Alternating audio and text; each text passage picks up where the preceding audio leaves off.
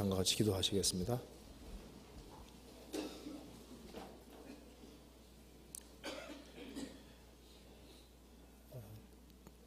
저희를 사랑하시는 하나님 아버지 감사합니다.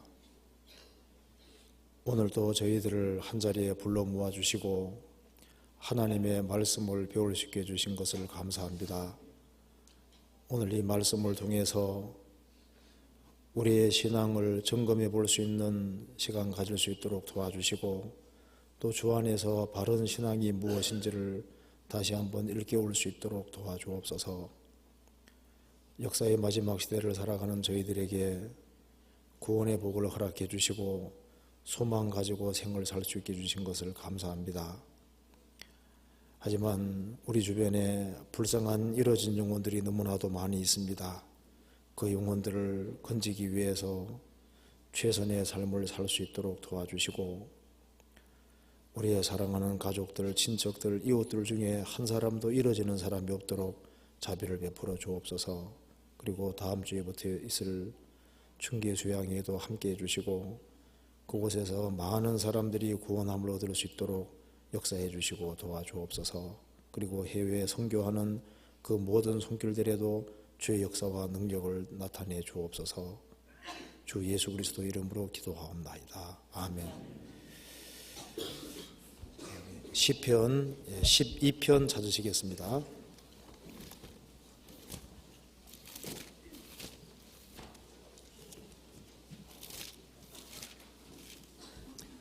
12편 12편 1절부터 8절까지 제가 읽어보겠습니다.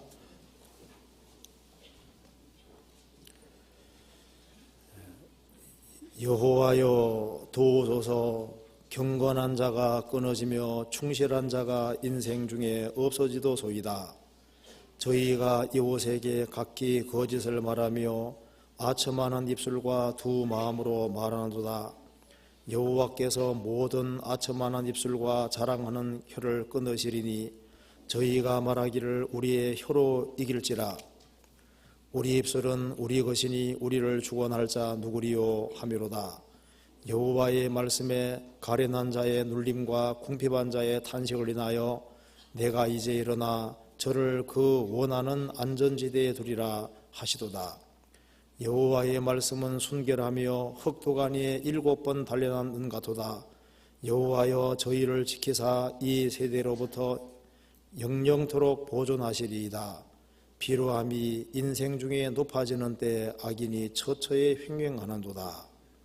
자, 5절을 같이 읽어보겠습니다.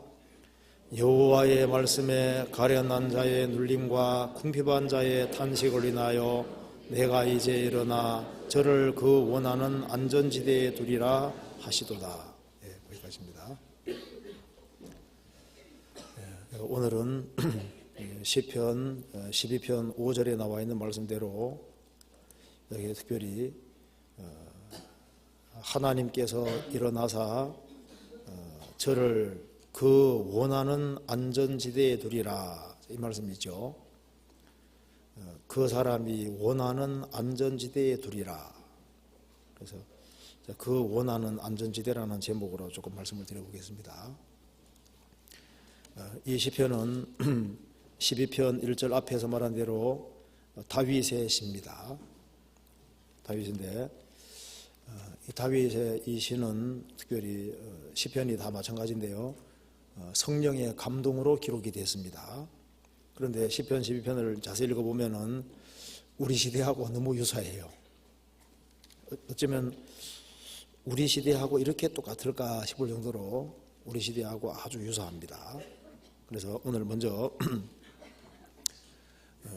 이 시편에 비추어서 우리 세상이 어떻게 되어가는지를 한번 잠깐 생각을 해보고 이 시편 12편 속에 구원받지 아니한 사람의 특징이 자세히 잘 기록이 되어 있습니다. 그리고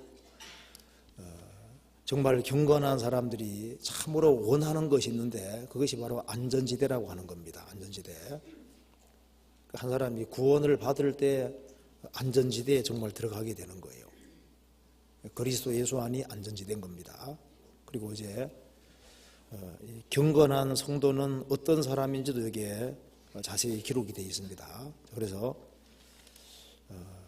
여기 한번 시편 중심으로 해서 우리 시대가 어떻게 되어가는지를 간단하게 한번 이 말씀을 중심으로 생각을 해보고, 그리고 구원받지 아니한 사람의 특징을 이 말씀에서 잡아낼 수 있습니다.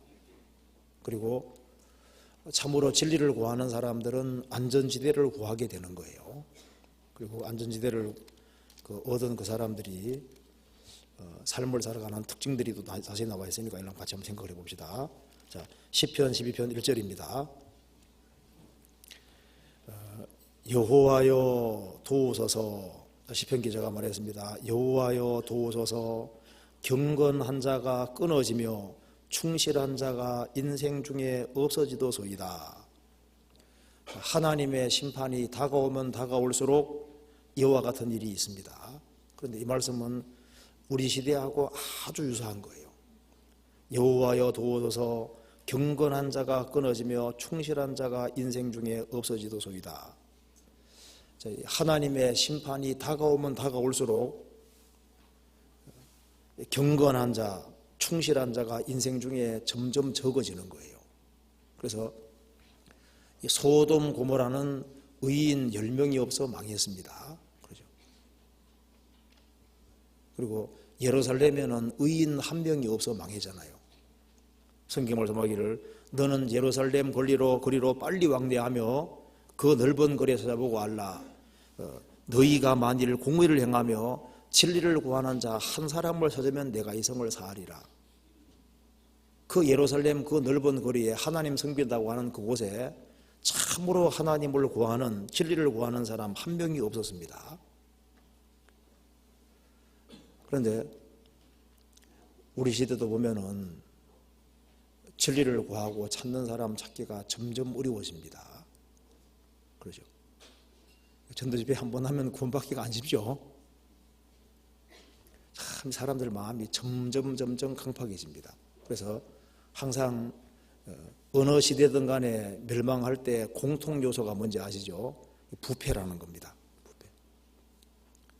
그러니까 고대부터 지금까지 쭉 보면은 뭐 나라가 망하든 도시가 망하든 그 망하는 배후에는 뭐가 있습니까? 다 부패가 자리 잡고 있습니다. 부패. 타락이 자리 잡고 있는 거예요. 이 북한에서 이제 이 서구 통해서 탈출해 온 한 사람이, 한 유학생이 우리나라에서 오랫동안 살면서 한 말이 있습니다. 야, 이 북한은 모든 사람들이 미쳐 있는 것이 문제고 한국은 와보니까 썩어 있는 것이 문제다. 근데 물론 이게 극단적인 표현이긴 하지만은 일면 조금 상당히 맞는 얘기를 하고 있잖아요. 우리가 정말 진리를 구하고 찾는 사람을 찾기가 참 어려운 시대가 되고 있습니다. 그리고 여기 말한 대로 여호와여 도우소서. 경건한 자가 끊어지며 충실한 자가 인생 중에 없어지도소이다. 우리 주변을 보면은 세상이 정말 이렇게 돼가고 있다고 느껴지는 겁니다. 그리고 4절에 보면은 저희가 말하기를 우리의 혀로 이길지라. 우리 입술은 우리 것이니 우리를 주관할 자가 누구리요 하미로다. 우리 세태하고 똑같습니다. 저희가 말하기를 우리의 혀로 이길지라. 행실은 없고 말만 커지는 시대가 됐습니다. 말을 함부로 하는 시대가 됐습니다. 우리 입술은 우리 것이니 우리를 주관할 자 누구리요. 자, 우리 시대만큼 혀가 자기 것이라고 해서 말을 함부로 하는 시대가 없습니다. 그렇죠? 여기 잘 보면은 입으로 무슨 말을 하는지 봅시다. 2절에 저희가 이웃에게 각기 거짓을 말하며. 우리 시대는 각기 이웃에게 거짓말을 말하며, 이 거짓말을 많이 하는 시대가 되죠. 그리고 거짓말을 해도 가책도 잘 안 받는 시대가 되었습니다. 그리고 아첨하는 입술과, 그 말대로 우리 시대만큼 또 아첨을 많이 하는 시대도 없습니다.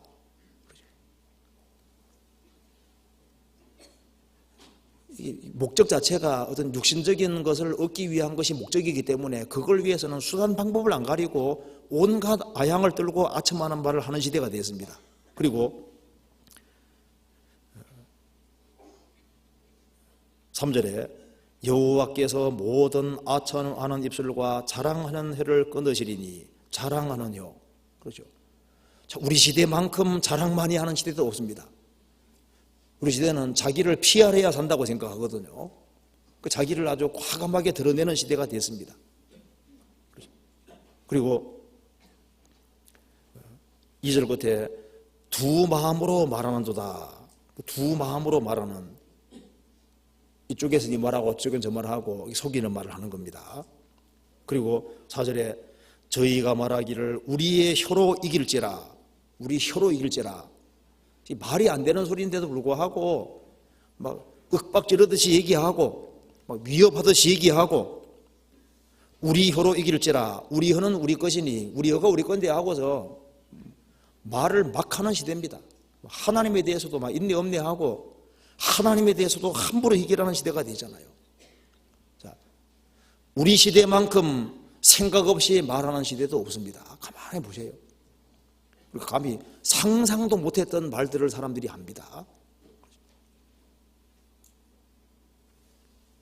어떤 사람들 김정은 떠오르는 사람도 있는데 김정은 뭐 말을 막 하죠. 내가 못 쏠 줄 알고 뭐 함부로 막 하는데 이 말을 막 하는 시대입니다. 진짜 세상 참. 그래서 여기 말한 대로 항상 이 세대가 이 타락의 길을 걸어가게 되면은 경건한 자, 충실한 자를 보기 어려워지고, 그리고 이제 행실은 없어지고 혀를 가지고서 말로만 가지고 이기려고 하는 시대가 되는 거예요. 그리고 혀가 자기 것이라고 생각하고 말을 함부로 막 하는 시대가 되었습니다. 우리 시대하고 똑같은 거예요. 그렇잖아요. 서양 교권에도 보면은 생각하지 않고 하는 말은 겨누지 않고 총을 쏘는 것과 일반에 그런 말이 있습니다. 아무데나 막 총 쏘는 사람처럼요. 이 말을 하면 어떤 결과가 생길지 그걸 생각을 해야 되는데 생각을 하지 않는 시대가 되었습니다. 그리고 우리 혀는 우리의 것이니 우리를 주관할 자 누구리요? 내 혀 가지고 내가 말하는데 무슨 문제가 있냐 그렇게 말하는 겁니다. 자, 그런데 하나님 앞에 서면은 그렇지 못할 겁니다. 그 옛날에 바리새인과 서기관들도 자기 종교로 다 무장을 했습니다. 그들은 확고한 논리도 가지고 있었습니다. 그리고 예수님을 대적도 많이 했죠. 그러지만은 그들이 심판대에서 주님을 이길 수는 없는 겁니다. 성경 말씀하기를 주께서 판단 받으실 때 이기리 하심을 같으리라. 주님이 판단 받으실 때 다 이깁니다. 마태복음 7장에서 심판날에 많은 사람들이 말합니다. 주님, 주님, 우리가 주님 이름으로 선전으로도 하지 않았습니까? 주의 이름으로 귀신 내쫓지 않았습니까? 주의 이름으로 많은 권능 능치 않았습니까? 우리를 모르시다니요. 주님 말씀하시기를 내가 너희를 도무지 알지 못하니 불법을 행하는 자들아 내게서 떠나가라 하리라. 아마 하와도 생각했을 겁니다. 내가 선악과를 따먹어도 변명할 수 있을 거다. 아담도 내가 하와 유혹을 받지만은 선악과를 먹어서도 하나님 앞에 변명할 수 있을 거라고 생각했을 겁니다. 내가 적당히 둘러대면 되겠지. 그 혀로 하나님을 이길 수는 없는 거예요.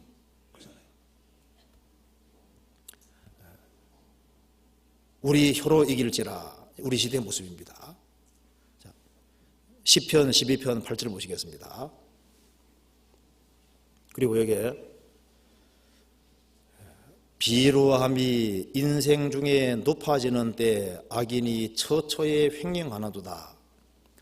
자, 비천하고 천박하고 속된 것이 인생 중에 높아지고 있습니다. 즉 사고방식이 과거하고 너무 달라진 거예요. 성경에 보면 아모스 시대에도 이제 하나님의 심판이 다가오는 시대였기 때문에 사람 사고방식이 완전히 바뀌었습니다. 바뀌어서 성경에 나와 있죠. 자기 지경을 넓히려고 아이 뵌 어머니 배를 갈라 죽인 것이 나오잖아요. 자기 땅 넓히려고. 신 한 켤레로 받고 궁핍한 사람을 파는 사람도 있고 자기 딸을 술과 바꿔먹는 사람도 있었습니다. 그런데 이런 것이 남의 얘기가 아니고 우리 시대도 비슷하게 돼가고 있습니다. 비천하고 천박하고 속된 것이 인생 중에 높아지는데 우리도 이렇게 되고 있죠. 자, 우리 시대도 비천한 것, 속된 것이 사람에게 인기를 끌고 있습니다. 그러죠. 저속할수록 더 인기가 있습니다. 잘 보세요. 그리고 더 자극적일수록 인기가 있습니다. 그렇죠.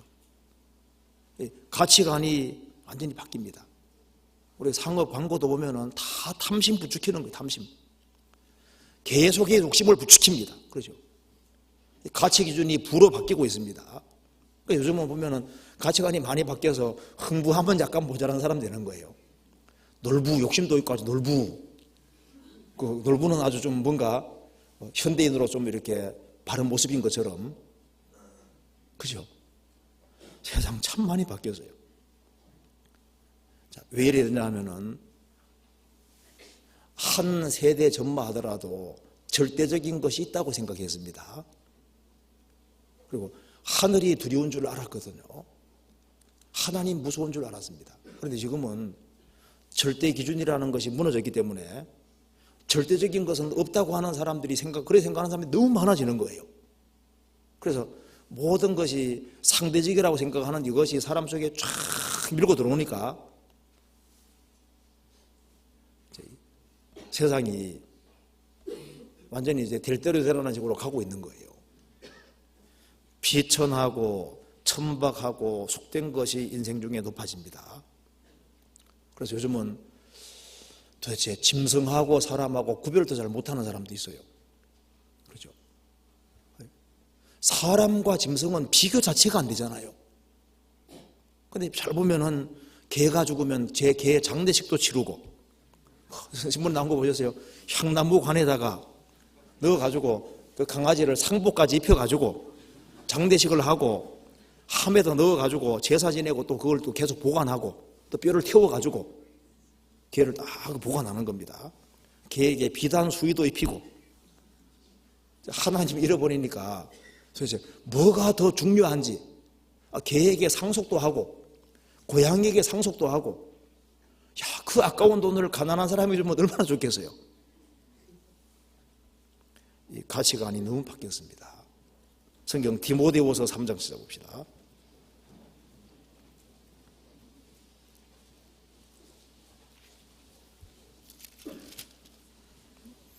(3장) 1절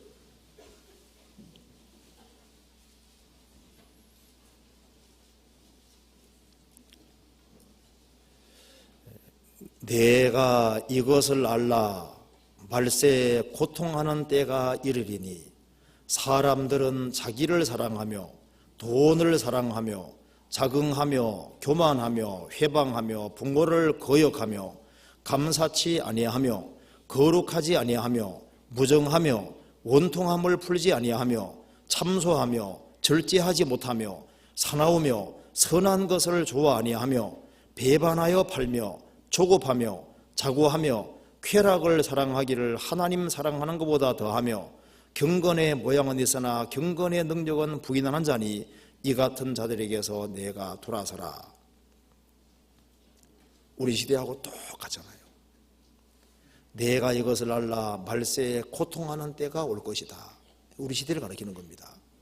사람들은 자기를 사랑하며 다 이기주의로 다 바뀌고 있습니다.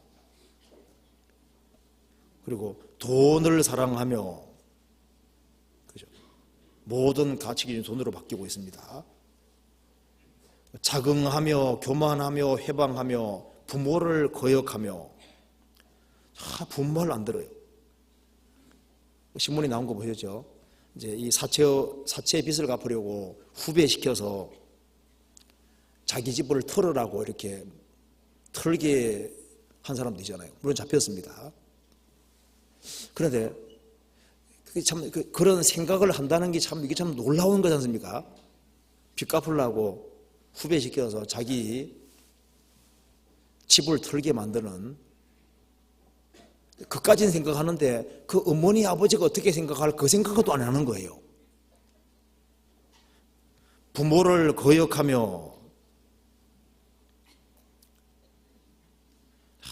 돈을 사랑하며, 요즘요 정말 위아래도 없습니다. 신문에 보니까 또 나오더라고요. 이제 누나하고 동생이 세배를 했는데 누나가 세뱃돈을 더 많이 받으니까 세뱃돈을 적게 준다고 할아버지 있지 않습니까? 쫓아가서 막 굿하고 발로 차고 그런 사람도 있는 거예요. 그러니까 부모를 거역하며, 그리고 감사치 아니하며, 거룩하지 아니하며, 부정하며, 원통함을 풀지 아니하며, 참소하며, 절제하지 못하며, 사나우며, 사람이 점점 사나워지고 있습니다. 옛날에는 막 꼰트만 봐도 무서웠잖아요. 막 사람을 치고받고 하니까. 요즘은 그거 가지고 안 되니까 막 격투기도 나오고, 막 무시무시하게 막 두들기 패고, 사람들이 점점 사납습니다. 선한 것을 좋아하지 아니하고 배반하여 팔며 조급하며, 사람들이 너무너무 조급해지는 거예요. 참을성이 없습니다. 그러니까 구원받기가 어려운 거예요. 일주일만 잘 들으면 구원받을 수도 있는데 그 일주일을 못 참아요. 그리고 자고하며 쾌락을 사랑하기를 하나님 사랑하는 것보다 더하며,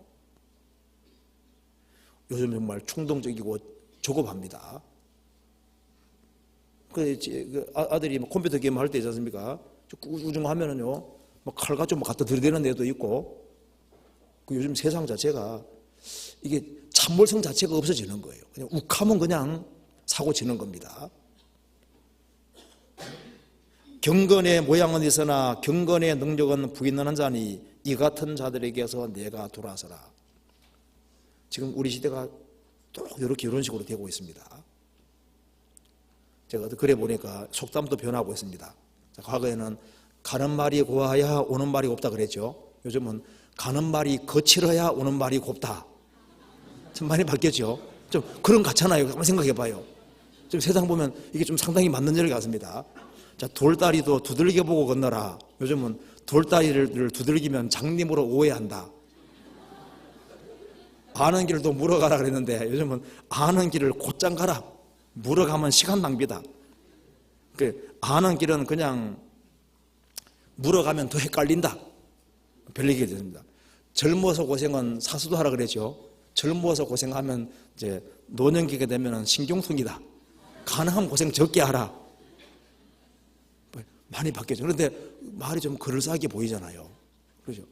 참 많이 바뀌었습니다. 시편 12편 봅시다.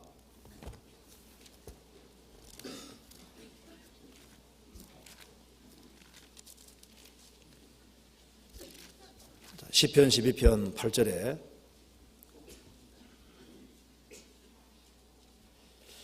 비루함이 인생 중에 높아지는 때 악인이 처처에 횡행하노도다. 가치 기준이 비천하고 천박하고 속된 것이 자꾸 높아지니까 악인이 처처에서 막 횡행 이리저리 다닌다 그 말입니다.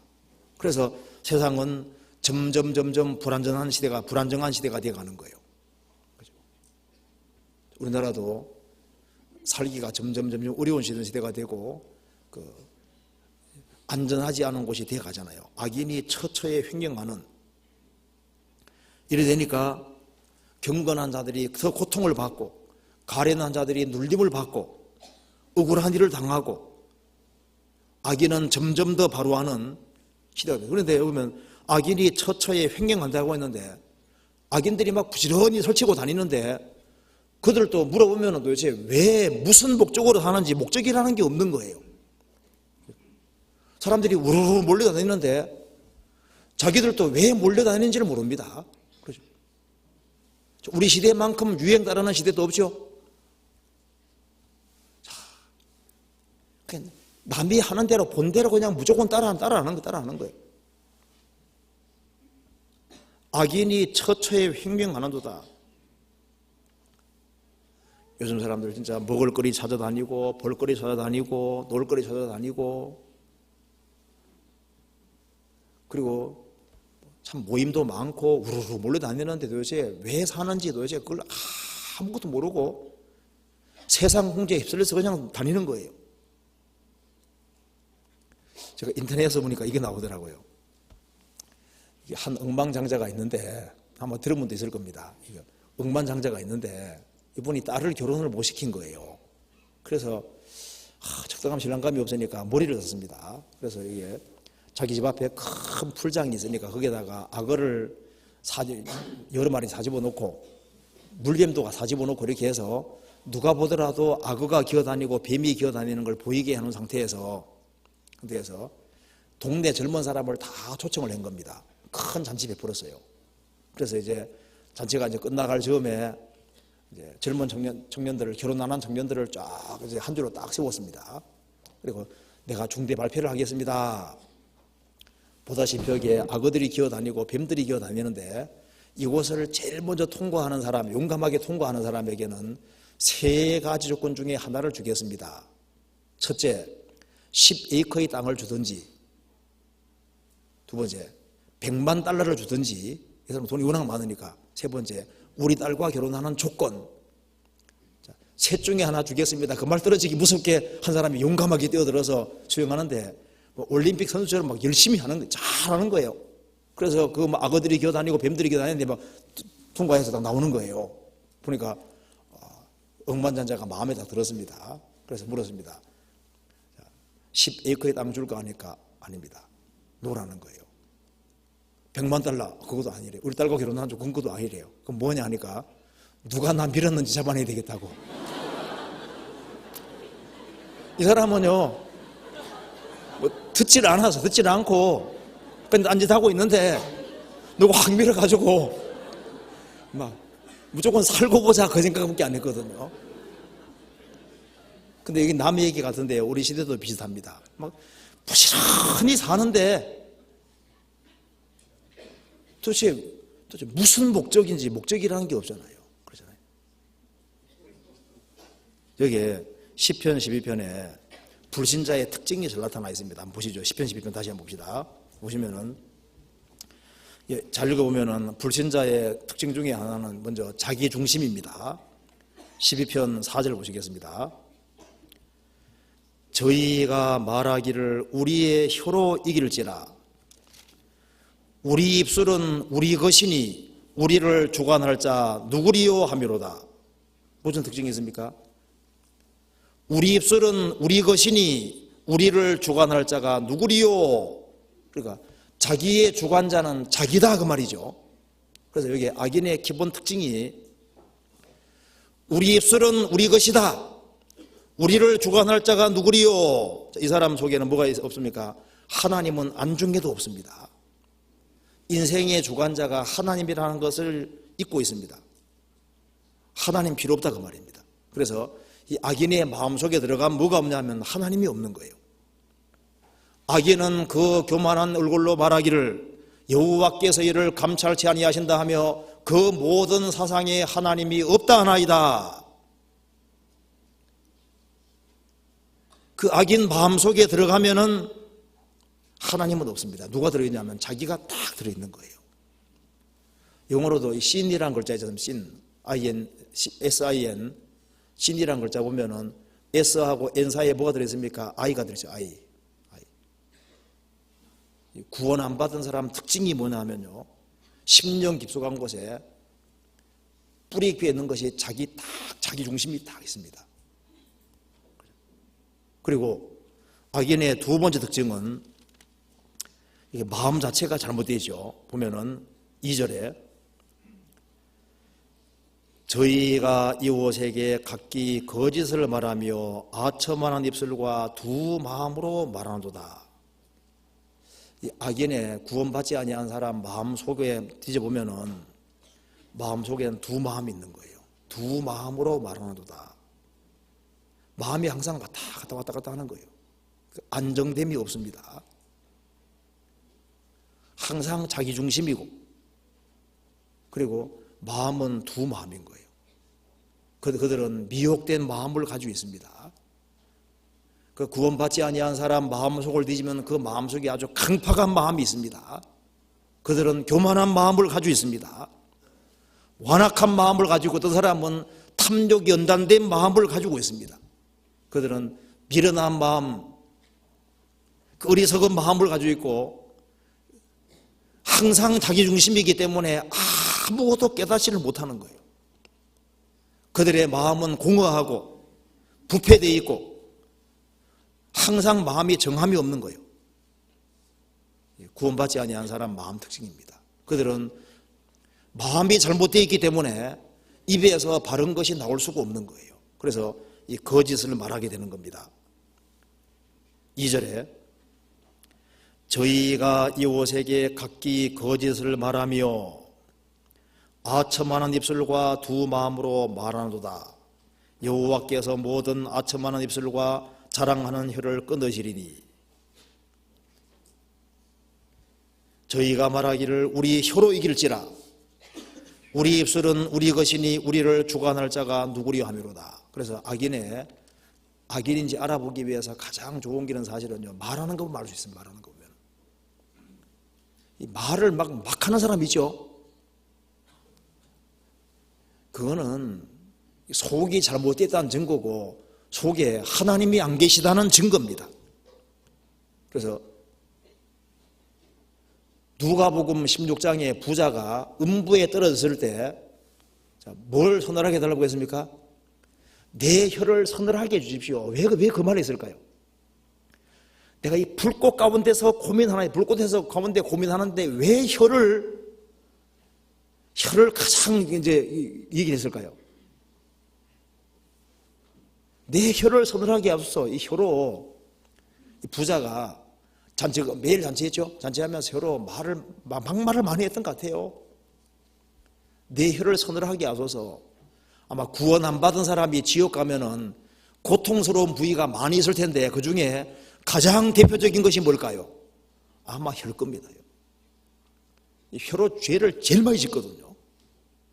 내 혀를 서늘하게 하소서. 내가 이 불꽃 가운데서 고민하나이다. 마가복음 9장에 예수님 말씀하시기를 지옥에는 불로서 소금 치듯 받으려고 그러죠. 불을 도구로 수단으로 사용해서 어머니들이 양념 치는 것처럼, 음식의 정도에 따라 양념 치는 정도가 다른 것처럼 그 불의 세기라든가 강도 같은 게 다르다 그 말입니다. 그래서 어떤 양념에는 이제 소금은 조금 뿌리고 어떤 양념은 아주 듬뿍 뿌리는 경우이죠.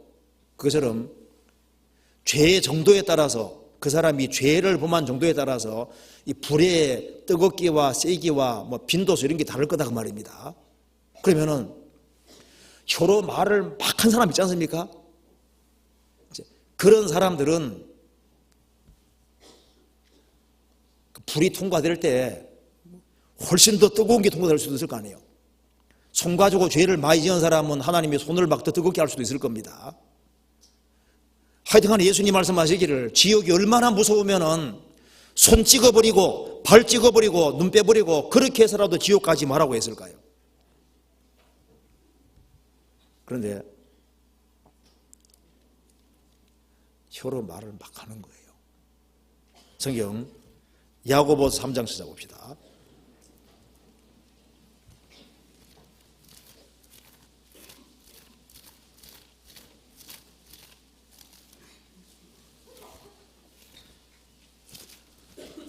야고보서 3장 3절입니다.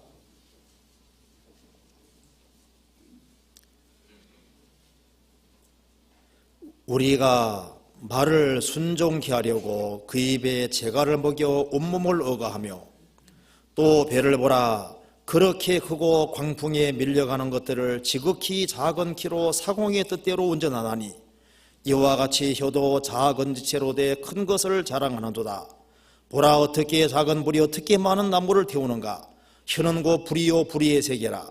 혀는 우리 지체 중에서 온몸을 더럽히고 생리의 바퀴를 불살아나니 그 살아난 것이 지옥불에서 나느니라. 여러 종류의 짐승과 새며 벌레와 해물은 다 길들임으로 사람에게 길들었거니와 혀는 능히 길들일 사람이 없나니 쉬지 아니하는 악이요 죽이는 독이 가득한 것이라. 여기에 혀의 해악성을 자세히 말하고 있습니다. 사람이 타고 다니는 말도 입에 저갈목이 움직입니다. 광풍에 밀려가는 키 큰 배도 키 하나가 배 방향 결정하는 것처럼 혀도 우리 온몸 중에 너무나도 작은 한 부분인데 이 혀가 내 인생을 다 더럽힌다는 거예요. 조그만한 물이 산 태우는 것처럼 이 조그만한 혀가 내 인생을 다 더럽히는데 그 살아난 것이 지옥불에서 나느니라. 이게 무슨 말이에요? 이게 얼마나 이게 무서운 얘기예요. 혀 때문에 지옥불이 점점 더 뜨거워지는 겁니다. 여러 종류의 짐승과 새며 벌레와 해물은 사람에게 다 길어들었지만은 혀는 길들일 사람이 없나니 쉬지 아니하는 악이요 죽이는 독이 가득한 것이라. 그래서 이 누가 들으려 하면서 말을 막 하는 사람들이 있는 거예요. 신앙을 가졌다고 하는 사람 중에도 말을 막 하는 사람들이 있거든요. 그 속에 가만히 들어가 보면 주님이 안 계시는 거예요. 진짜 구원을 받았을까?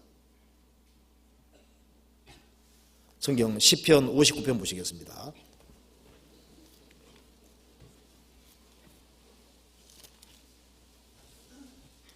7절.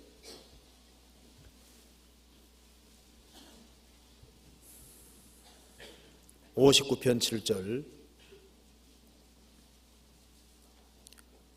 같이 읽어보겠습니다. 그 입으로 악을 토하며 그 입술에는 칼이 있어 이르기를 누가 들으리오 하나이다. 그 입으로는 악을 토하며 그 입술에는 칼이 있어 이르기를, 입에 칼이 있으니까 칼로 죽이는 겁니다. 누가 들으리오 하면서 말을 막 하는 사람들이 있는 거예요. 실제로 화가 나서 막 죽여버렸다고 하는 그 상태에서 혀에서 이게 채취해가지고 있지 않습니까? 그 실험해 보면요, 이게 무서운 독이 들어 있습니다.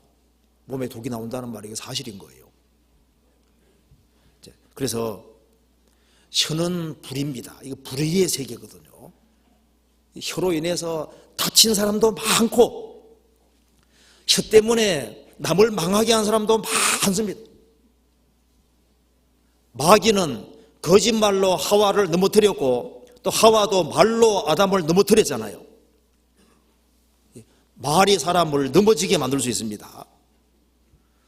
마태복음 28장에 예수님 무덤을 지키던 군병들이 천사들을 받지 않았습니까? 그리고 돈을 받고 난 이후에 돈을 받고 입을 다 들어먹었잖아요, 대상들이. 그리고 시체 훔쳐갔다 하라. 돈 받고 예수님 시체 혼자 갔다고 그 말을 전해서 그것이 이스라엘 사회에 오랫동안 퍼져서 그 거짓말 때문에 또 많은 사람들이 죽었습니다. 말로 죽이는 거예요. 그리고 시편 12편 다시 봅시다.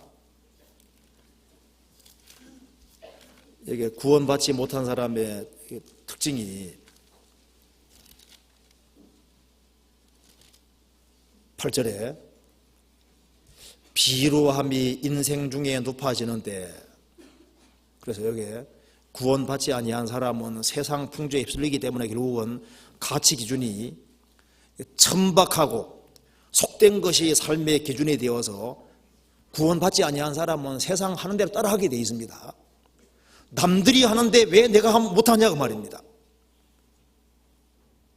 그들은 성경이 기준이 아니고 하나님이 기준이 아니기 때문에 왜 나에게 못하게 하느냐? 남들이 다 하는데.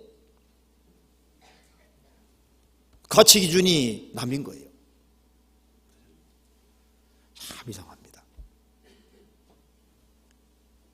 그래서 그들은 불경건하고 불충실한 삶을 살게 되는 거예요.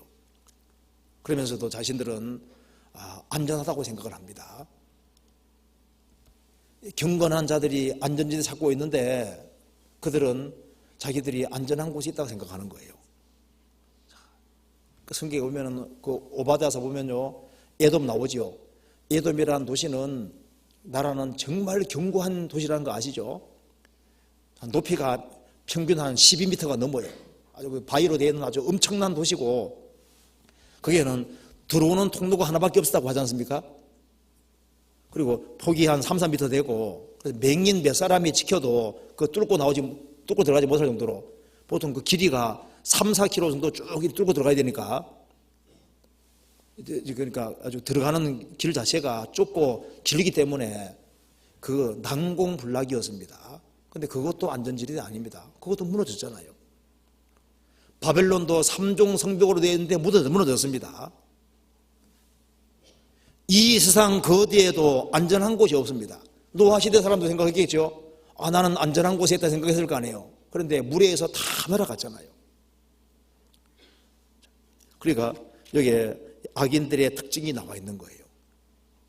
자, 그런데 세상이 흉흉해지고 경건한 자들이 끊어지고 세상이 잘못돼 가는 것을 봤을 때 이곳은 안전한 곳이 아니구나 하는 걸 깨닫고, 이 세상은 잠깐 거쳐가는 곳인데 이 세상에서 그 안전한 지대를 참으로 구하는 사람들이 있는 거예요. 그런 사람들에게 하나님이 주시는 안전지대가 있는 거예요. 여기에 시편 12편 5절을 보시겠습니다. 여호와의 말씀에 가련한 자의 눌림과 궁핍한 자의 탄식을 인하여 내가 이제 일어나 행동기시한다는 얘기죠. 저를 그 원하는 안전지대에 두리라 하시도다. 하나님이 주시는 그 사람이 원하는 참으로 안전한 지대, 하나님이 주고자 하는 그 안전한 지대, 그곳만 안전한 곳인 겁니다. 제가 그래 보니까 1930년대 호주에서 사는 어떤 부자가 지구상의 큰 분쟁의 징조에 놀라서 저 태평양 과날카날이라는 조그마한 섬을 택해서 거기에서 살았답니다. 그런데 2차 대전 격전지가 그곳이 됐다는 거예요. 가장 안전한 곳에 갔는데 안전치 못하는 겁니다. 어떤 사람이 캘리포니아에 살았는데 캘리포니아에 지진이 많으니까 지진 피해서 오하이오주로 이사 갔는데 토네이도 아시죠? 허리케인 바람, 토네이도 때문에 집에 아주 폭삭 내려앉았다 그러잖아요. 안전하다고 생각했는데 안전치를 못한 거예요. 이 상 어디에도 안전한 곳은 없습니다. 안전지대는 따로 있는 거예요.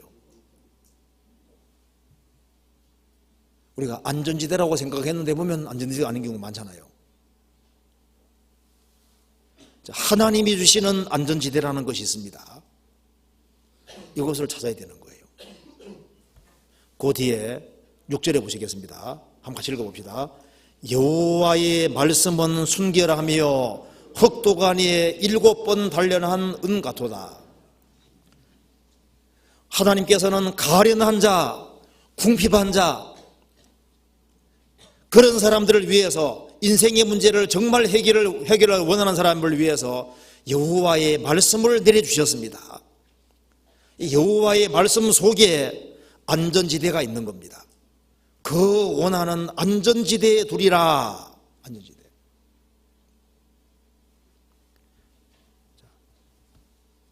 어디가 안전지대일까요? 가인은 죄를 짓고 난 이후에 성에 거했습니다. 그것도 안전지대가 아니었잖아요.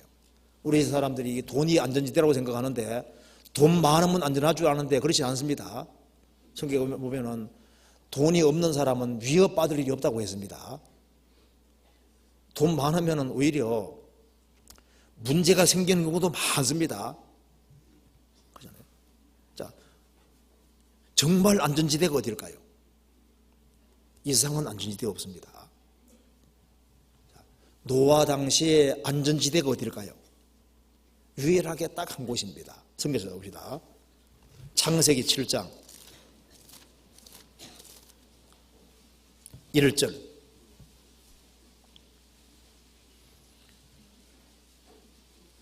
(7장 1절) 같이 읽어보겠습니다.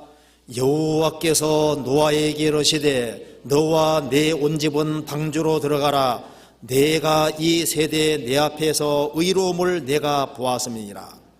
하나님 말씀하시기를 노아에게 너와 내 온 집은 방주로 들어가라.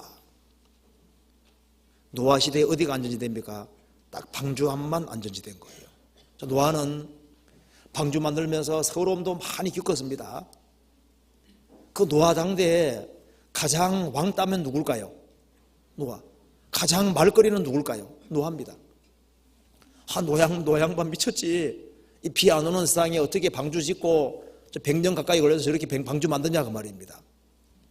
비웃음과 조롱을 당했습니다. 그렇지만 하나님 말씀하시기를 너와 내 온 집은 방주로 들어가라.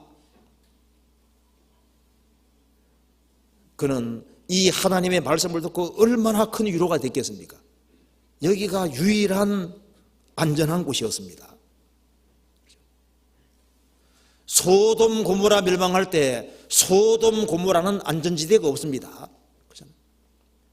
천사의 손에 끌려 나온 롯 식구 제외하고는 다 심판받았잖아요. 여리고 성은 멸망할 곳이었습니다. 거기에서 유일한 안전지대는 어디입니까?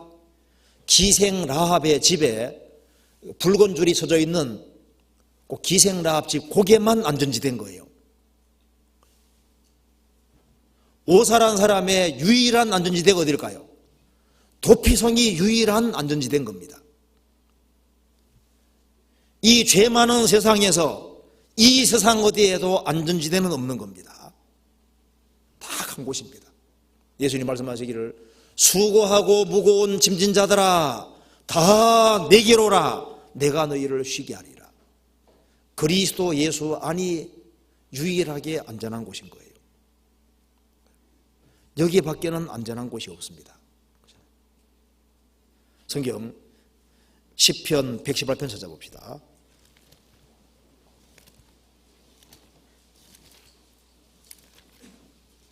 (118편) 5절.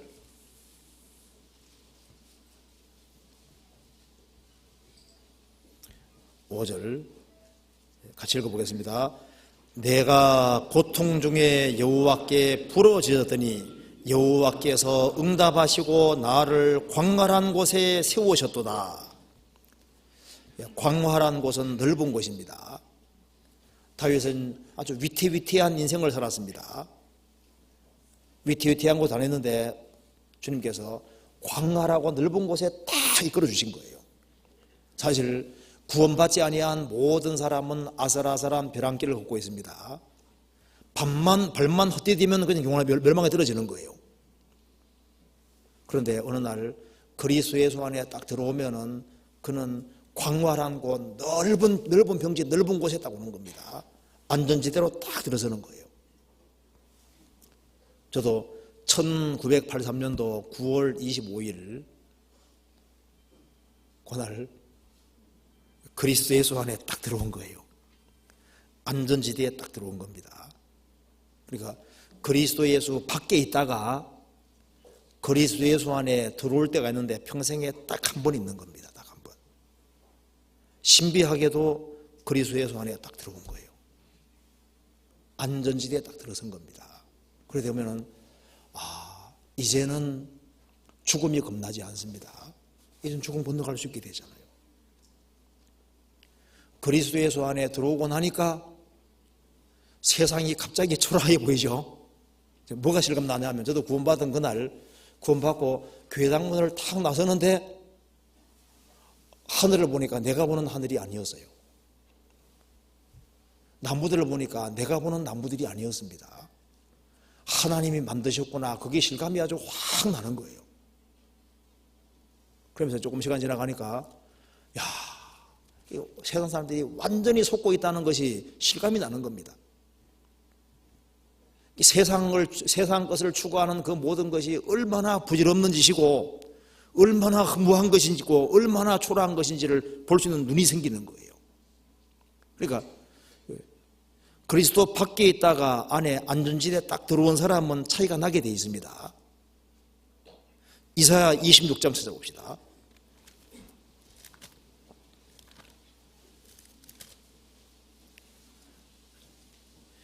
26장 1절.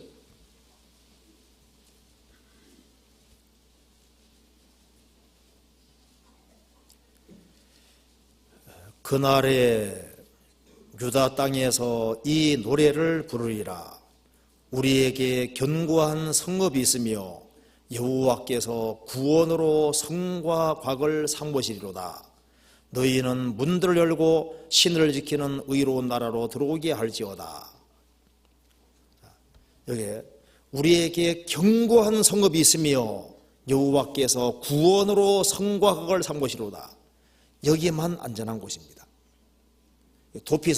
도피성처럼요, 여기가 바로 그리스도 예수 안을 가리키는데 구원받을 때 구원으로 성과 곽 삼은 이쪽으로 들어오게 되는 여기에만 안전지대고 나머지는 다 망합니다. 5절에 높은 데에 거하는 자를 낮추시며 솟은 성을 헐어 땅에 엎으시되 진토에 미치게 하셨도다. 노아 홍수 때 인간의 모든 문명이 한꺼번에 그냥 다 무너진 것처럼 이 세상에 아무리 안전해 보여도 주님이 오시는 그날 모든 것은 다 붕괴됩니다. 여기 말한 대로 높은 데 거하는 자를 놔두시며 솟은 성을 헐어 땅에 엎으시되 진토에 미치게 하셨다. 완전히 무너뜨려 버리는 거예요.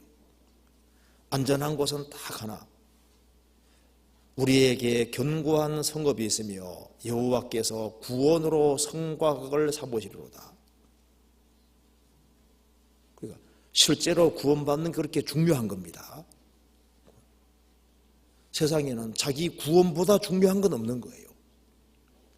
이사야 28장 보시겠습니다.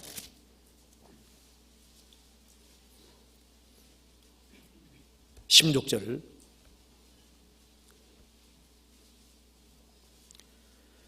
그러므로 주 여호와께서 가라사대 보라 내가 한 돌을 시온에 두어 기초를 삼았노니 곧 시험한 돌이요 귀하고 견고한 기초돌이라. 그것을 믿는 자는 급절하게 되지 아니하리로다. 나는 공평으로 주를 삼고 의로 추를 삼으니 우박이 거지 피난 자를 소탕하며 물이 그 숨는 곳에 넘칠 것인즉. 예수님을, 돌이 예수님입니다. 예수님을 믿는 사람만 부끄러움 당하지 않고 꺾어지지 아니하고 부끄러움 당하지 아니하고 꺾어지지 아니하는데 그 나머지 모든 거지 피난처는 다 박살나버리는 겁니다. 자, 그리스도 예수 안에 들어온 사람은 영원한 안전지대에 들어온 사람입니다. 이사야 32장 보시겠습니다. 17절.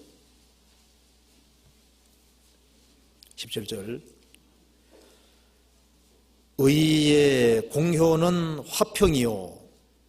32장 17절. 의의 공효는 화평이요 의의 결과는 영원한 평안과 안전이라. 자, 주님의 의가 가져오는 효과는 화평이요. 자, 의롭다함을 얻은 사람에게는 화평이 주어집니다. 그리고 의의 결과는 영원한 평안과 안전이니라. 영원한 평안과 안전. 구원받아야지 이것이 주어지는 겁니다. 잠언 18장 시작 봅시다.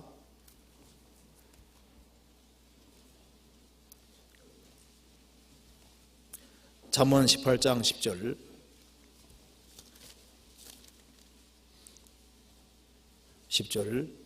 같이 읽어보겠습니다.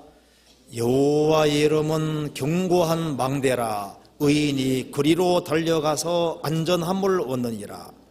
여호와의 이름은 견고한 망대라. 의인이 그리로 달려가서 안전함을 얻느니라. 그래서 이 험악한 시대에 안전지대는 유일하게 딱 한 곳인데 그리스도 예수 안입니다. 그래서 하나님을 자기의 피난처로 삼은 사람, 하나님과 바른 관계가 정말 맺어진 사람, 거듭난 사람, 그 사람은 정말 복된 일입니다. 이 참 신비한 일인데 그리스도 안에 들어가는 일이 있잖아요. 누구든지 그리스도 안에 있으면 새로운 피조물이라. 이전 것은 지나갔으니 보라 새 것이 되었도다. 그래서 하나님을 자기의 집으로 삼고 사는 사람, 그 사람은 정말 복이 있는 사람인 겁니다. 그런데 이것은 남이 해줄 수 있는 것이 아니잖아요. 어떤 임금이 나라를 통치하고 있는데 나라는 평온한데 자기 마음은 항상 불안하고 행복이 없는 거예요. 그래서 이제 어떻게 하면 좋겠냐 하니까 그 나라에서 가장 행복한 사람의 속옷을 입으면 행복해질 겁니다. 누가 그래 충고해줘가지고 찾아와라 해가지고 찾아오니까 그 사람은 가장 행복한 그 사람은 속옷이 없었대요. 그러니까 행복은 남이 줄 수 있는 것이 아닙니다. 그건 외적인 것이 아니라 내적인 겁니다. 진짜 구원받아야지 되는 거예요. 그래서 저를 그 원하는 안전지대에 두리라. 그 안전지대에 딱 들어온 사람은요, 쉽게 말해서 그리스도 예수 아닙니다. 들어오면은 그 안에 다 있다는 걸 알게 되는 거예요. 그러니까 세상에서 가장 안전한 지대는 어디입니까? 그리스도 예수 아닌 겁니다. 그리고 이제 생을 살아가면서도 그리스도 안에 사는 것이 그 중요한 거예요.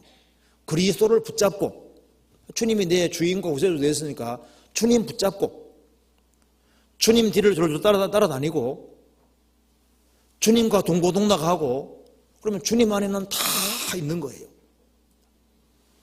그리스도 예수 안에는 우리 구원도 있고 우리 신앙생활에 필요한 것도 다 있고 우리의 모든 요구 조건을 다 충족시킬 수 있는 것이 그리스도 안에 다 있는 겁니다. 성경 욥기 28장 찾아봅시다.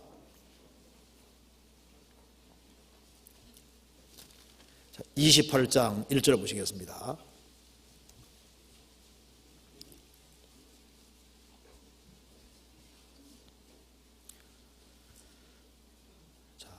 은은 나는 광이 있고 연단하는 금은 나는 곳이 있으며 철은 흙에서 취하고 동은 돌에서 녹여 얻느니라. 사람이 흑암을 파고 끝까지 궁구하여 음재와 유암 중에 광석을 구하되 사람 사는 곳에서 멀리 떠나 구멍을 깊이 뚫고 발이 땅에 닿지 않게 달려내리니 멀리 사람과 격절되고 흔들흔들 하느니라. 그리고 9절에 사람이 굳은 바위에 손을 대고 산을 뿌리까지 무너뜨리며 돌 가운데로 도랑을 파서 각종 보물을 눈으로 발견하고 시냇물을 막아 스미지 않게 하고 감추었던 것을 밝은 대로 내느니라. 이 땅 파면 온갖 것이 나오죠. 하나님이 인간을 지구에 두셨기 때문에 이 지구상에는 우리 육체에 필요한 것은 다 있어요. 그렇죠?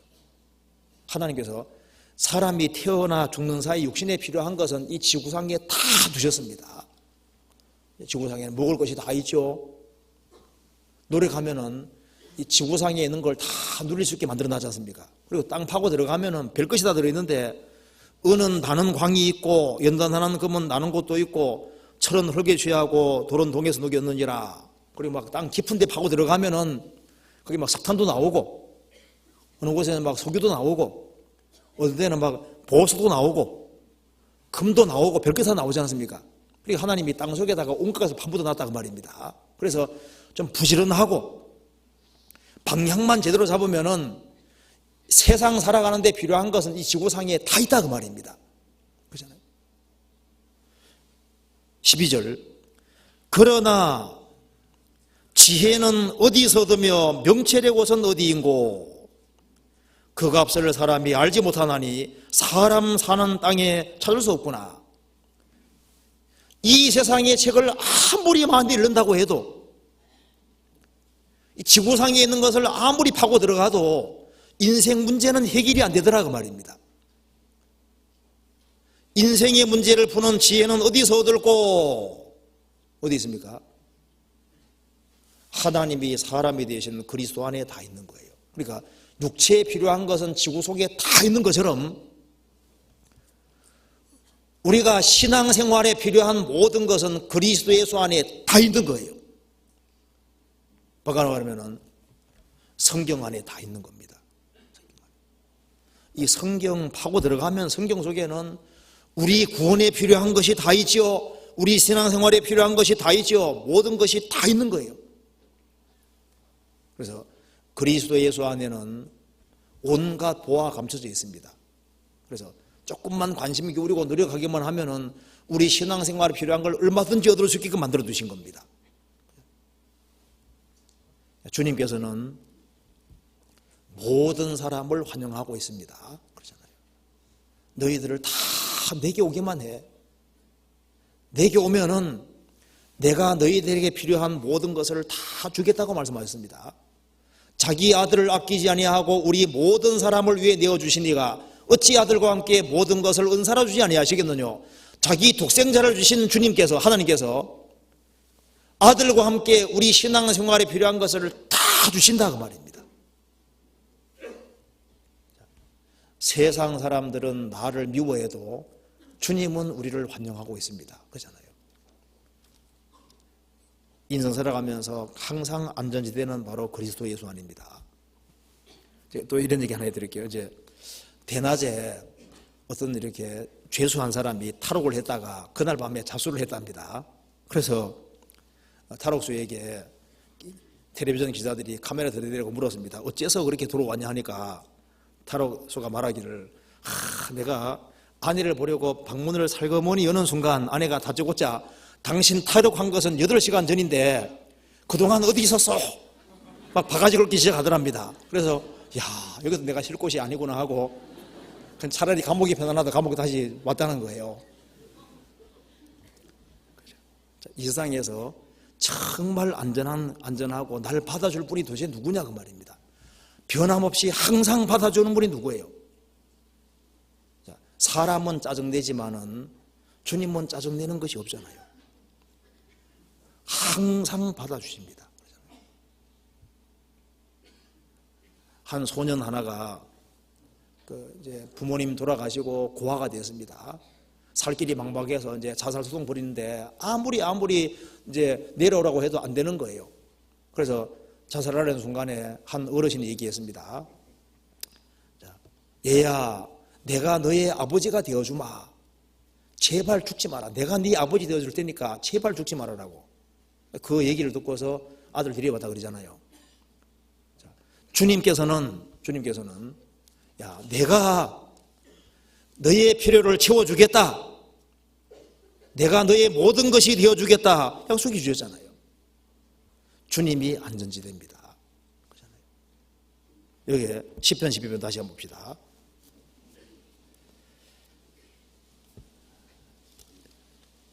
우리 시편 12편 보면은 경건한 성도의 특징을 알 수 있습니다. 저를 그 원하는 안전지대에 두리라.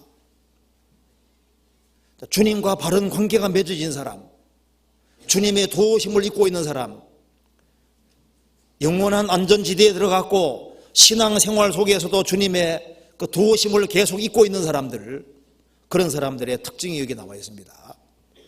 시편 12편 1절에 여호와여 도우소서, 특징이죠. 여호와여 도우소서. 악인과들에게 뭐 하고 있습니까? 기도하잖아요.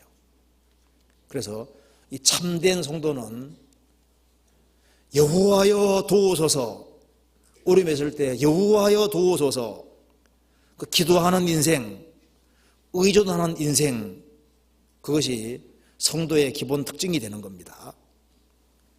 사람의 영혼은 새와 비슷해서 특별히 구원받은 사람의 영혼은 하나님을 향하는 힘이 있는 거예요. 그렇죠?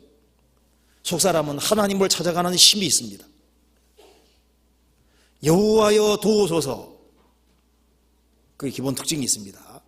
그리고 2절에 두 마음으로 말하는도다 그래 되어 있죠. 그런데 참 성도가 되면 신기한 것이 있습니다. 마음을 오로지 하여 주님을 섬기는 것이 있습니다. 자, 세상 사람들은 두 마음으로 말하나 성도는 한 마음으로, 온전한 마음으로 주님 섬기기를 원하게 되는 겁니다. 한 마음으로 주님께 충성하기를 원하는 겁니다. 구원받고 나면은 신비하게도 새로운 마음이 들어왔어요. 그렇죠? 분명히 하나님 두기를 싫어하는 마음이 있었는데 구원받고 나니까, 성령이 들어오고 나니까 이상하게 새로운 마음이 생겼습니다. 그렇죠? 하나님을 사랑하는 마음이 생겼잖아요. 그렇죠? 이게 신기한 마음입니다. 그래서 내가 교회를 사랑하는 마음이 생겼거든요. 성도들을 사랑하는 마음이 생겼습니다. 세상 사람보다 성도를 더 사랑하잖아요. 그리고 신비하게도 성경을 사랑하는 마음이 생겼습니다. 없는 마음이 생겼습니다. 성경 욥기에 나와 있죠. 욥이 재산이 다 날아갔죠. 10명의 소녀가 죽었습니다. 그리고 몸 전체가 병들었습니다. 아내가 열받아 말했습니다. 당신이 그래도 순전함을 지키느냐? 그래도 지켜야 될 것이 있는 거예요. 참 성도가 되면 신비한 것이 있습니다. 어떤 경우에도 자기가 절대 물러설 수 없는 것이 있는데 주님을 섬기는 겁니다. 참 신기한 거예요. 왜? 나를 구원하셨기 때문에. 당신이 그래도 순전함을 지키느냐? 그래도 지켜야 될 것이 있습니다. 그래도 순전함을 지켜야 되거든요. 주님을 섬기는 신앙을 버릴 수는 없는 겁니다. 그리고 세상과 영합하지 않고 세상을 보고 탄식하는 것이 있는 거예요. 5절에 여호와의 말씀에 가련한 자의 눌림과 궁핍한 자의 탄식을 인하여 하나님 말씀하시기를 내가 이제 일어나 저를 거원하는 안전지대에 두리라 하시도다. 탄식을 인하여. 성도는 뭐가 있냐면요, 이 세상 사람이 되어가는 것을 보고서 마음에 탄식이 있는 거예요. 가련한 자는 그 마음에 눌림이 있고 탄식이라는 게 있는데, 악인으로 인해서 눌리고 탄식받는 탄식도 있지만은 경건한 성도는 영혼 속에 다른 종류의 탄식이 또 있는 겁니다. 구원받기 전에는 자기 구원 문제로 아주 고통하는 탄식이 있었잖아요. 그리고 내가 하나님 자녀가 되고 난 이후에 악을 행했을 때는 나를 구원하신 주님을 슬프게 했기 때문에 자기 지은 죄로 인해서 탄식하는 탄식이 있습니다. 다윗은 죄를 짓고 난 이후에 이렇게 했다는 거 아시죠? 시편 6편 찾아봅시다.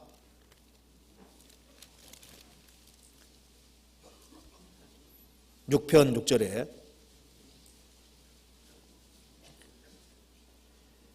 내가 탄식함으로 곰핍하며 밤마다 눈물로 내 침상을 띄우며 내 요를 적시나이다. 내가 탄식함으로 곰핍하여 밤마다 눈물로 내 침상을 띄우며 내 요를 적시나이다. 다윗은 큰 죄를 짓고 난 이후에 너무나도 고통을 받았습니다. 구원받은 사람은 죄를 지으면은 구원받기 전보다 훨씬 더 큰 탄색과 고통이 있습니다. 그리고 사람들이 악으로 달려가는 것을 보고, 악이 번창하는 것을 보고 중심에 탄식하는 탄식이 있는 거예요. 에스겔 9장 찾아보시겠습니다.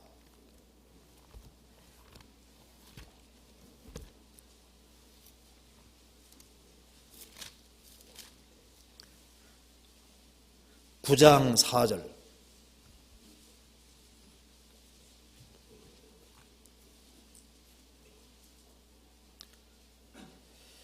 이르시되 너는 예루살렘 성읍 중에 순행하여 그 가운데 행하는 모든 가증 안으로 인하여 탄식하며 우는 자들의 자의 이마에 표하라.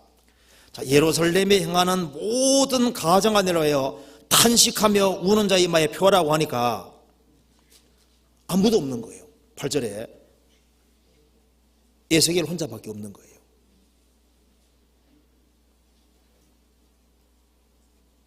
성도는 그런 탄식이 있습니다. 가증한 일로 인하여 탄식하며 우는 자입니다. 또 그리스도인들은 속에 타락된 본성이 있기 때문에 그것 때문에 탄식이 또 올라오는 거예요. 자기를 구원해 주신 주님을 기쁘게 하고 싶지만은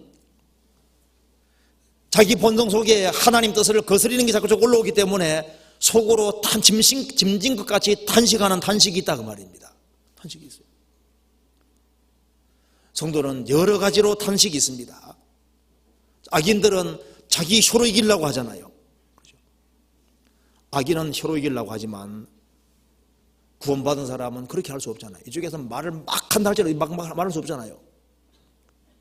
그걸 참고 견디는 힘이 있거든요.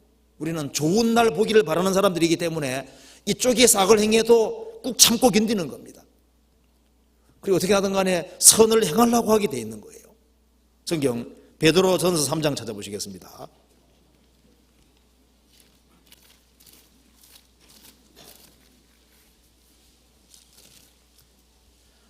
3장 10절.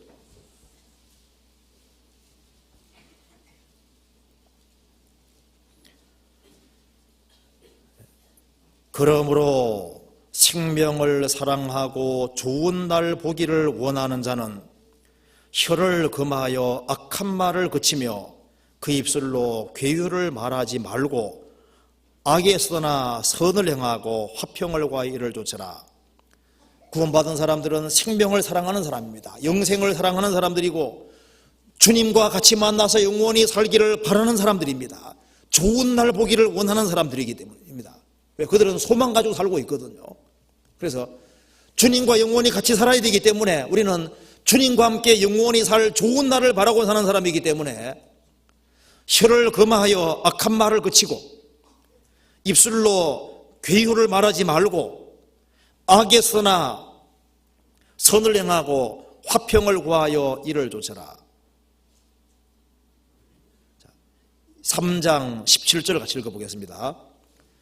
선을 행함으로 고난받는 것이 하나님의 뜻일진데 악을 행함으로 고난받는 것보다 나으니라. 선을 행함으로 고난받는 것이 하나님의 뜻입니다. 그러면 구원받은 사람은 왜 입이 바뀔까요? 알고 보니까 마음이 바뀌어서 그런 거예요. 마음이 바뀌었습니다. 그래서 구원받고 나면은 마음이 부드러워지죠. 그리고 하나님께 너무나도 큰 은혜를 받았기 때문에 마음에 감사를 하는 것이 흐르고 있습니다. 그래서 내가 세상에서 고생한다 할지라도 이 고생 이거 주님 앞에서 보면은 아무것도 아닌 거예요. 주님은 나를 위해 죽기까지 하셨는데 그 생각하니까 그 마음속에 정말 큰 감사가 있습니다. 그래서 감사의 말이 나오게 되잖아요.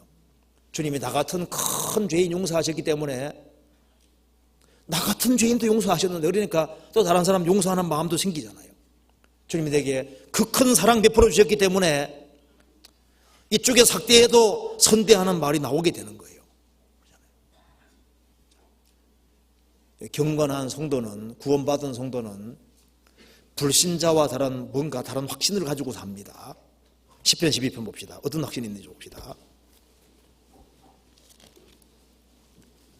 12편 8절입니다.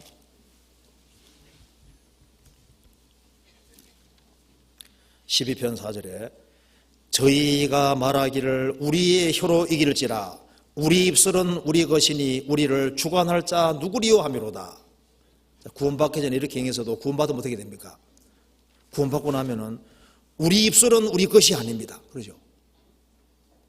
구원받고 나면 우리 입술이 우리 것이 아닙니다. 우리를 주관할 자 누구리요?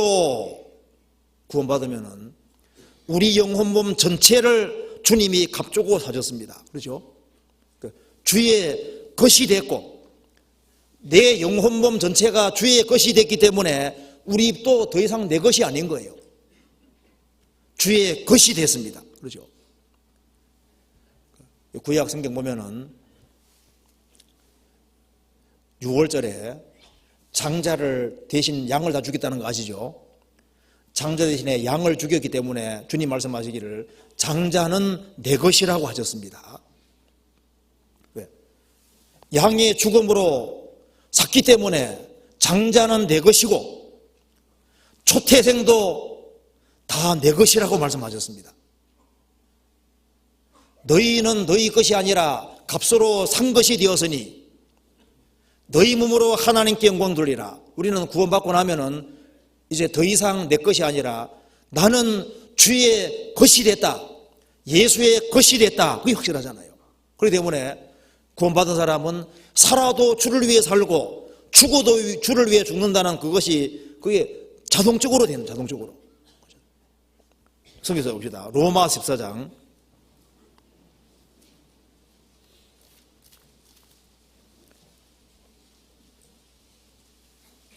7절부터 8절까지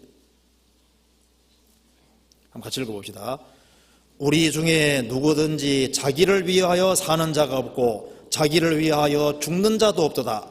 우리가 살아도 주를 위하여 살고 죽어도 주를 위하여 죽나니 그러므로 사나 죽으나 우리가 주의 것이로라.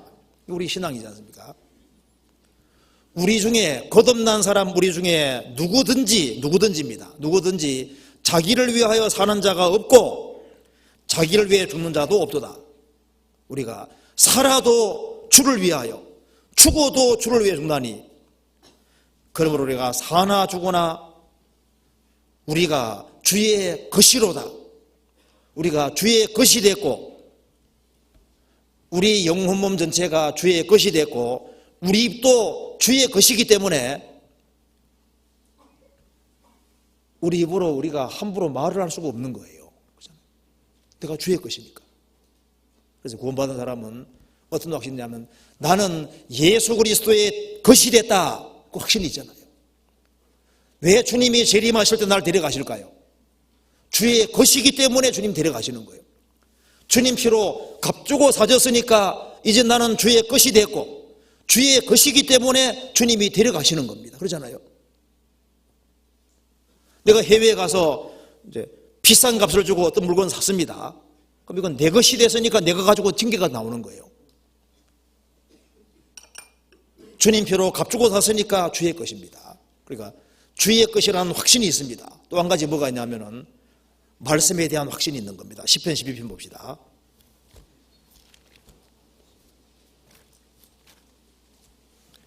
(6절) 같이 읽어보겠습니다. 여호와의 말씀은 순결하며 흑도간 위에 7번 단련한 은 같도다. 이 타락한 시대에 우리가 붙잡을 것이 무엇이겠습니까? 말씀에 대한 확신이 무엇보다 중요한데 거듭난 크리스찬들은 뭐에 대한 확신이냐 하면은 여호와의 말씀에 대한 확신이 있는 겁니다. 우리 시대는 정말 말 많이 하는 시대죠. 그리고 책도 막 쓰는 책이 뭐 얼마나 많이 나오는데 생각나는 대로 막 얘기하는 시대입니다. 저도 좀 책을 좀 좋아하는 편인데요. 책 진짜 보면은요, 이거 뭔가 좀 이렇게 좀 좋은 게 나오면 좋은데 보면은 그냥 생각 없이 그냥 막 쓴 책들이 많아요. 그냥 무슨 말이든지 막 쏟아냅니다.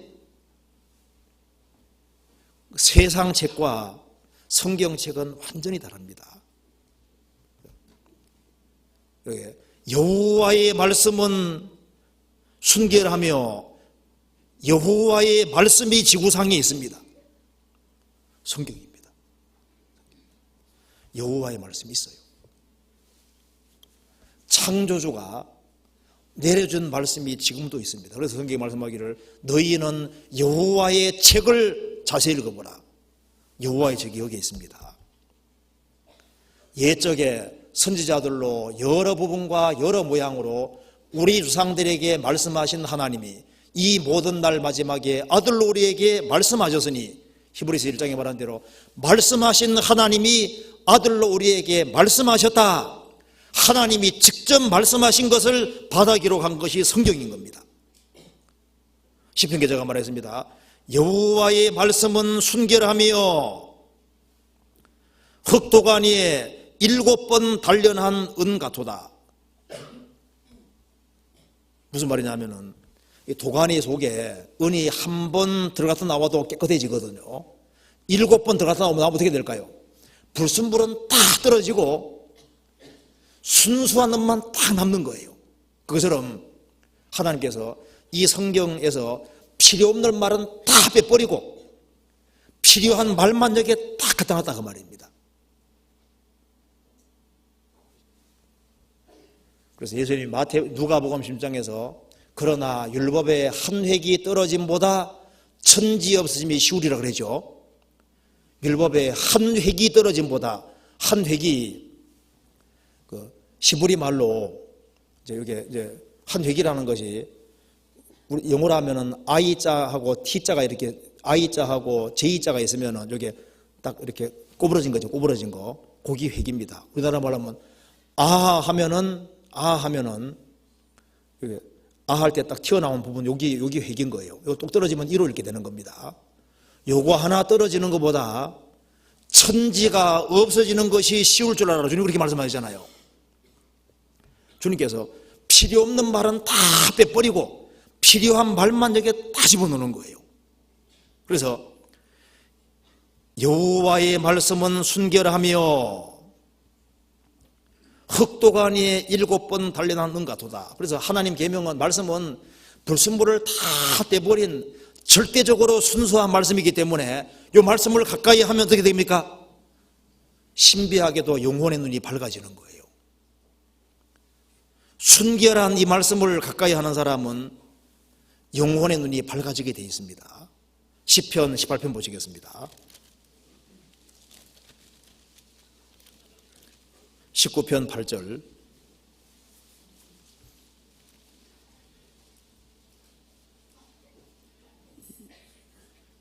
여호와의 교훈은 정직하여 마음을 기쁘게 하고 여호와의 계명은 순결하여 눈을 밝게 하도다. 여호와의 계명은 순결하여 영혼의 눈을 밝게 하도다. 19절 9절에 봅시다. 여호와를 경외하는 도는 정결하여 영원까지 이르고 여호와의 규례는 확실하여 다 의로우니. 하나님 말씀은 다 순전하고 신령한 말씀에 덧입니다.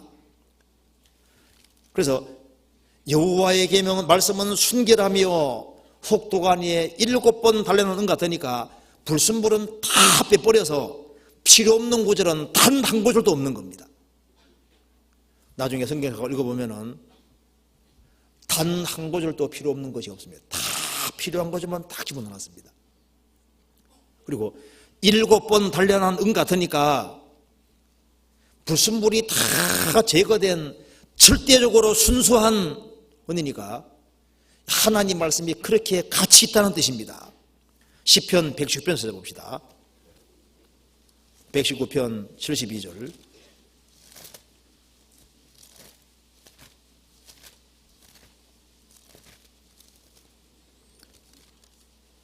72절 같이 읽어봅시다. 주의 입의 법이 내게는 천천 금은보다 성하니이다. 주의 입의 법이 말씀이 내게는 천천 금은보다 성하니이다. 내게 최고인 것은 하나님 말씀입니다 그 말이죠. 그리고 왜 주의 말씀이 은 같다고 했을까요? 성경에 대체로 은은 뭐와 관계되는 줄 아시죠? 은은 예수님 보혈하고 많이 관계가 되거든요. 너희가 알거니와 너희 조상의 요전한 망령된 행실에서 구속된 것은 은이나 금같이 없을 것으로 한 것이 아니요 오직 흠없고 점없는 어린 양 같은 그리스도의 보배로운 피로 한 것이니라. 이 성경이 왜 이렇게 가치 있는 책이 되냐 하면은 여기에 예수님 피가 흐르고 있잖아요. 예수님 보배로운 피가 흐르고 있습니다. 불순물은 완전히 제거돼 버렸습니다. 그래서 구원받고 난 이후에 성경을 딱 들여다보면은 이 성경으로 만물을 보면 어떻게 보입니까? 만물이 훤하게 보이잖아요. 그렇죠? 이해 안 되는 것들이 성경으로 다 풀려가게 되는 겁니다. 그래서 크리스찬들은 나는 주의 것이라는 확신이 있고, 또 한 가지는 세상에는 여호와의 말씀이 있고 순결한 말씀이 있다는 겁니다. 절대자의 말씀이 있다는 그 확신 같은 것이 있는 거예요. 그렇기 때문에 우리가 왜 성경 앞에 굴복하냐 하면은 하나님이 그렇게 말씀하셨기 때문에 굴복하는 겁니다. 그렇잖아요. 성경이 하나님 말씀이 아니라면은 우리가 이대로 할 이유가 없는 거예요. 왜 내가 믿어야 되느냐? 창조주가 믿으라고 말씀하셨기 때문입니다. 내가 왜 구원받은 무리 가운데 거해야 되느냐? 주님이 거하라고 명령하셨기 때문입니다. 내가 왜 부모에게 잘해야 되느냐? 주님이 그렇게 명령하신 거예요. 왜 우리가 서로 사랑해야 되느냐? 주님이 그렇게 명령하신 겁니다. 우리가 왜 복음을 만민에게 전해야 되느냐? 주님이 그렇게 명령하신 거예요.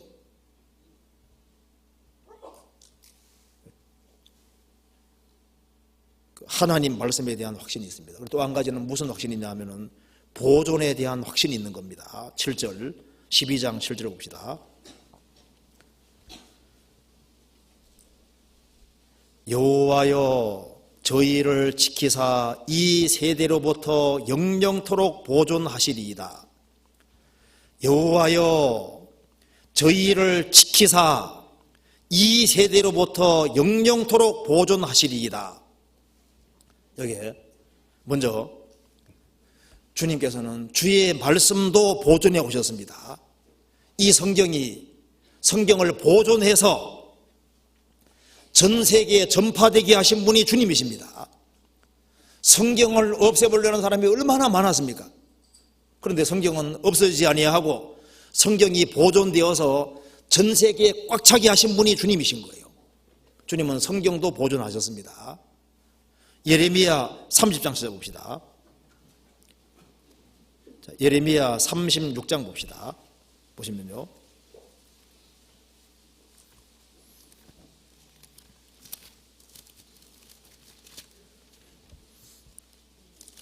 (36장) 21절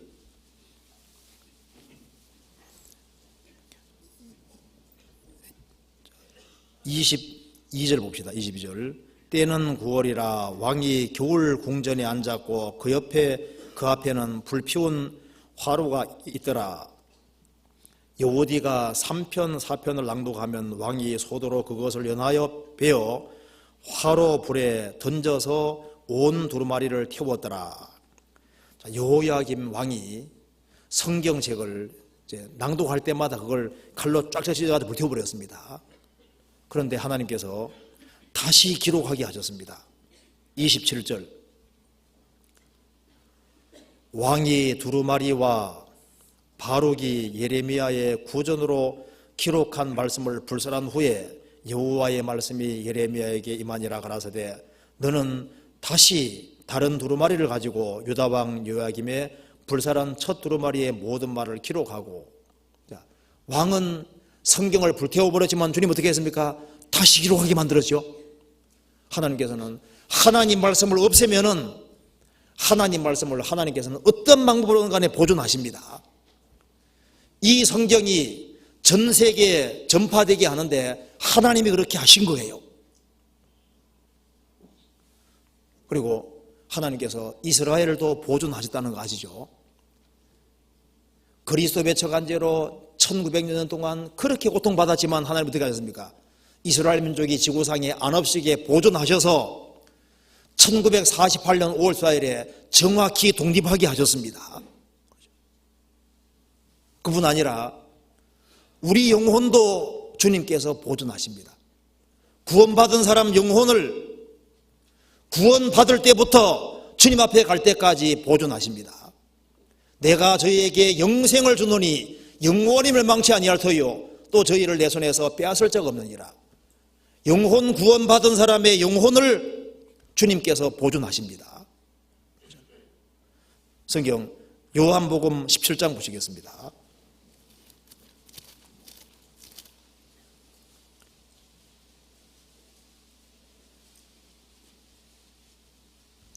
11절.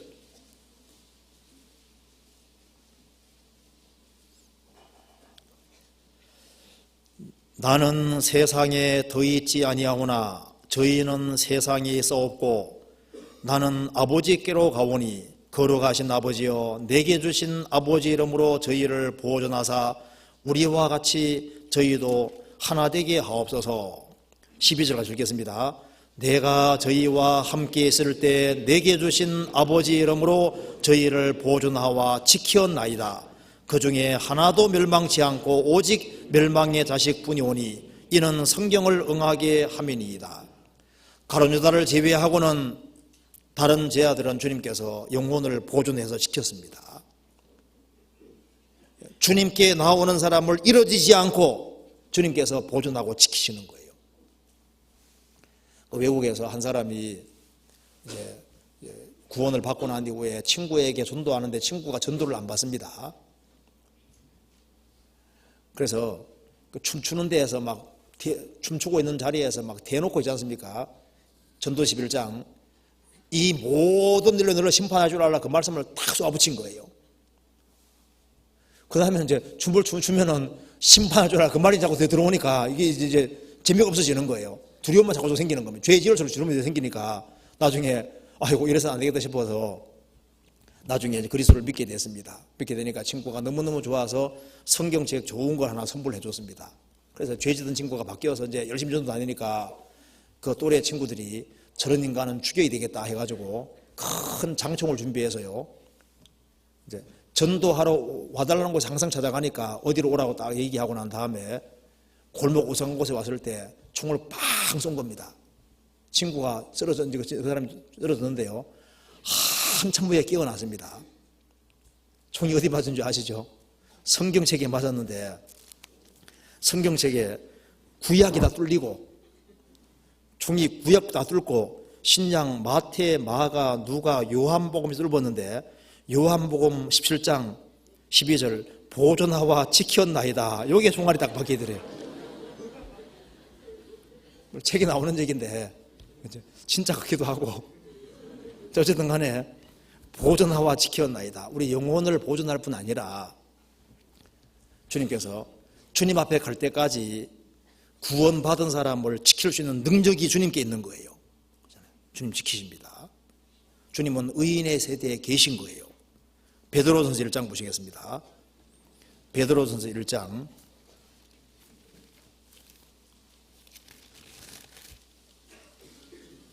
1장 5절 너희가 말세에 나타내기로 예비하신 구원을 얻기 위하여 믿음으로 말미암아 하나님의 능력으로 보호하심을 입었나니 말세에 나타내기로 예비한 구원을 얻기 위해서 주님 오신 몸까지 구원됩니다. 믿음으로 말미암아 하나님의 능력으로 보호하심을 입었다. 유다서 1장 찾아봅시다. 1장 24절 같이 읽어봅시다. 1장 24절 능히 너희를 보호하사 거침이 없게 하시고 너희로 그 영광 앞에 흠이 없이 즐거움으로 서게 하실 자. 주님은 능히 너희를 보호하사 거침이 없게 하시고 너희로 그 영광 앞에 흠이 없이 즐거움으로 서게 하실 자입니다. 능히 너희를 보호하사. 10편 12편 봅시다. 그래서 여기에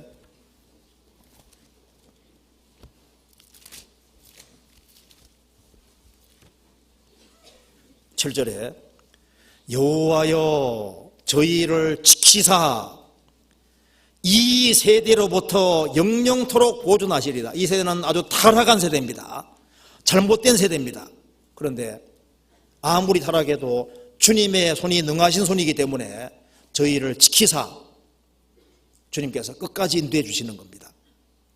자, 이 비루함이 높아지는 이 시대에 성도는 무엇을 높일까요? 비루함이 인생 중에 높아지는데 크리스찬들은 무엇을 높일까요? 크리스찬들은 성경을 여전히 높입니다. 그렇죠? 크리스찬들은 주님을 높입니다. 그리고 교회를 높이고 성도를 높이고 세상이 아무리 타락해도 인간은 그래도 하나님의 형상입니다. 구원 안 받은 사람하고 다릅니다. 그들은 위의 것을 추구하고 정말 복음이라는 걸 높이잖아요. 왜냐하면 새로운 생명을 얻었기 때문입니다. 자, 크리스천들은 안전지대에 들어와 있습니다. 그리스도 예수 안이 안전지대고, 그리고 주님 몸된 교회 안이 안전지대입니다. 양떼는 주님이 양떼 무리를 인도하시기 때문에, 우리도 가만 보면은요, 저도 구원받고 난 뒤에 가만 보면은 여기에 남아있는 사람들, 연결되어 있는 사람은 끝까지 신앙생활을 하는 거 봐요. 그리스도 예수 안, 교회 안이 사실은 안전지대가 되는 겁니다. 그래서 구원받은 무리 가운데 적극적으로 거하는 사람들이 사실 신앙생활도 안전하게 할 수 있는 거예요. 그리고 주님 오시면은 우리는 영원한 안전지대로 들어갑니다. 거기 어딜까요? 천국입니다. 저를 그 원하는 안전지대에 두리라. 그 천국에는 도둑도 없습니다. 그 전쟁도 없잖아요. 병도 없고 영원한 안전한 지대로 들어갑니다. 가장 기쁨이 충만한 세계, 그 세계가 세계에서 우리 들어가게 되는 거예요. 안전지대에 두리라. 예언적인 말씀이 될 수도 있습니다. 그 원하는 안전지대에 두리라. 그리고 자신이 안전지대에 있다는 사실을 확실히 깨우친 사람은 어떻게 할까요? 틀림없이 다른 사람은 안전한 곳이 없기 때문에, 안전하지 않은 곳이 있기 때문에, 안전하지 않은 곳에 있으니까 안타까움을 가지고 어떻게 하든 간에 그들을 건지려고 하게 되는 거예요. 그렇죠? 자신은 천국 간다고 믿으면서, 영원한 안전지대가 있다고 믿으면서 주변 사람들을 내버려 두겠냐 그 말입니다. 자, 마지막 보루가 성도들입니다. 크리스천들이 이 비루한 시대, 하나님의 심판이 다가오는 시대에 유일하게 막는 자입니다. 그렇죠? 세상의 멸망을 막는 유일한 사람들은 크리스천들입니다. 소돔 멸망을 막고 있는 사람들은 소돔에 있는 의인 10명이었습니다. 예루살렘에는 의인 1명이었습니다. 이 세상의 멸망을 누가 막고 있느냐? 크리스천들입니다. 세상의 유일한 소망은 그리스도고, 그리스도와 연결되어 있는 그 사람들이 세상의 유일한 소망이고, 그 크리스천들이 열심히 복음 전하고 주님 역사를 위해서 노력하는 그때에는 주님께서 분명히 지켜주실 겁니다. 우리 열심히 선교하고 열심히 복음 전하면 주님께서 우리를 도와주시고 역사 이루시도록 그렇게 하실 겁니다. 같이 기도하시겠습니다.